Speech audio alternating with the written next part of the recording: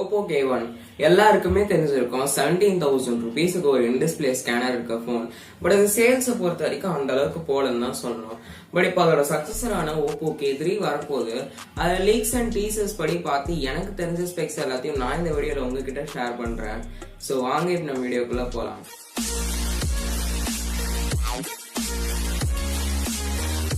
First internals வந்து start பண்ணுவோம். So இங்க பார்த்தோம்னா Qualcomm Snapdragon 710 SoC யூஸ் பண்றாங்க. ஸோ 710 பாத்தீங்கன்னா ஆல்ரெடி Realme 3 Proல யூஸ் பண்ணிட்டு இருக்காங்க. ரொம்பவே பவர்ஃபுல்லான சிப்செட் தான் ஒரு மிட் ரேஞ்ச் போனுக்கு.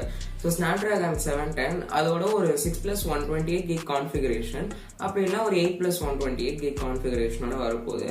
ஸோ OS பொறுத்த வரைக்கும் ColorOS 6 on top of Android 9 Pie மேல தான் பில்ட் பண்ணி வரப்போகுது. ஸோ ColorOS 6 பாத்தீங்கன்னா எக்கச்சக்கமான ஃபீச்சர்ஸ் இருக்கு. ரொம்ப ஸ்மூத்தான OS, ஒரு பெஸ்டான OS கூட சொல்லலாம். ஸோ இன்டர்னல்ஸை பொறுத்த வரைக்குமே Oppo K1 நல்லா தான் இருந்தது. பட் Oppo K3 பாத்தீங்கன்னா இன்னுமே நல்லா தான் இருக்குன்னு சொல்லணும். டிஸ்பிளே பார்த்தோம்னா இங்க ஒரு 6.5 inches Full HD Plus AMOLED panel use பண்றாங்க. ஸோ இங்க ஏன் AMOLED பேனல் யூஸ் பண்றாங்கன்னு உங்களை நிறைய பேர் தெரிஞ்சிருக்கும். ஸோ ஏன் பாத்தீங்கன்னா ஆல்ரெடி Oppo K1லயுமே ஒரு in-display ஸ்கேனர் இருந்தது. ஸோ Oppo K3லயுமே ஒரு in-display ஸ்கேனர் வரப்போகுது. ஸோ அதனால AMOLED பேனல் யூஸ் பண்றாங்க. ஸோ இங்க பார்த்தோம்னா 95% கிட்ட ஸ்கிரீன் டு பாடி ரேஷியோ இருக்க போது இது எப்படி அச்சீவ் பண்றாங்கன்னு பாத்தீங்கன்னா யூஸ்வலான ஒரு பாப் செல்ஃபி கேம் இல்லாம ஒரு Oppo Renoல பார்த்தோம்னா ஷார்ப் ஃபின் செல்ஃபி கேம் வரப்போகுது. ஸோ ஷார்ப் ஃபின் பாத்தீங்கன்னா ஒன் சைட்ல இருந்து மட்டும் பாப் ஆகும்.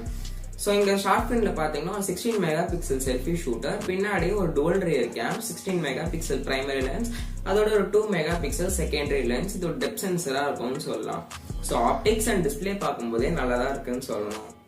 பேட்டரின்னு பார்த்தோம்னா இங்க ஒரு 3680 mAh பேட்டரி, அதாவது 3680 mAh பேட்டரி வரப்போகுது. ஸோ இங்க சார்ஜர்னு பார்த்தோம்னா WOOC 3.0 இன்க்ளூட் பண்றாங்க. ஸோ ColorOS 6 அதோட Snapdragon 710 இதெல்லாம் வச்சு பார்க்கும்போது பேட்டரி 3680 mAh பேட்டரி மோர் தேன் எனஃபா கூட இருக்கும்னு சொல்லலாம். ஸோ சார்ஜருமே WOOC 3.0 ரொம்ப பவர்ஃபுல்லான சார்ஜர் தான். போன் ஹீட் பண்ணாம இன்னுமே ஃபாஸ்டா சார்ஜ் ஆயிடும். இது பாத்தீங்கன்னா நம்ம Realme 3 Proல யூஸ் பண்ணிட்டு இருக்காங்க. ஸோ பேட்டரி அண்ட் சார்ஜர் காம்பினேஷனுமே நல்லதா இருக்கு. பில்டுன்னு பார்த்தோம்னா இங்க கிளாஸ் பேக்கா பாலிகார்பனேட் பேக்கா எந்த விதமான ப்ரொடெக்ஷன் இருக்குன்னு கூட நம்மளுக்கு தெரிய வரல. ஸோ அடுத்தது பேசிக்கா என்னெல்லாம் இன்க்ளூட் பண்றாங்கன்னு பாத்தீங்கன்னா 3.5mm headphone jack, Type-C board, அதுக்கப்புறம் இங்க ட்ரிபிள் கார்ட் ஸ்லாட் இருக்கான்னு தெரியல. ஏன்னா லீக்ஸ் அண்ட் ரெண்டர்ஸ் எல்லாமே இது வரைக்குமே ஸ்டார்டிங் ஸ்டேஜ்ல தான் இருக்கு. ஸோ அடுத்து இங்க 3 கலர் வேரியன்ட் ஆஃபர் பண்றாங்க. ஒன்னு பிட்ச் பிளாக், அதுக்கப்புறம் நெபுலா பர்பிள், அப்புறம் மூன்ரைஸ் ஒயிட்னு நினைக்கிறேன். ஸோ அடுத்தது இங்க பிரைசிங்னு பாத்தீங்கன்னா அரௌண்ட் 19 to 20K பிரைஸ் பண்ணலாம். இதுவுமே நானா தான் சொல்றேன். ஸோ ஏன்னு பாத்தீங்கன்னா Oppo K1 வந்து 16 to 17K பிரைஸ் பண்ணியிருந்தாங்க. ஸோ இப்போ Oppo K1ஓட சக்சஸரான Oppo K3 around 19 to 20K வரப்போகுதுன்னு நினைக்கிறேன். ஏன்னு பாத்தீங்கன்னா அங்க இருக்கிற ஸ்பெசிபிகேஷன்ஸ் எல்லாமே அந்த மாதிரி தான் இருக்கு. ஸோ என்னை பொறுத்த வரைக்குமே இந்த ஃபோன் வந்து ஒருவேளை உங்களுக்கு இன்-டிஸ்பிளே ஸ்கேனர் இந்த மாதிரி கேஸ்மிக்கான திங்ஸ் என்ன நீங்க வாங்கலாம். பட் பர்ஃபார்மன்ஸா மெயின்னா Poco F2 வரப்போகுது. ஸோ Poco F2 முன்னாடி தான் நிற்க முடியாது. ஏன்னா அங்கே Snapdragon 855 யூஸ் பண்றாங்க.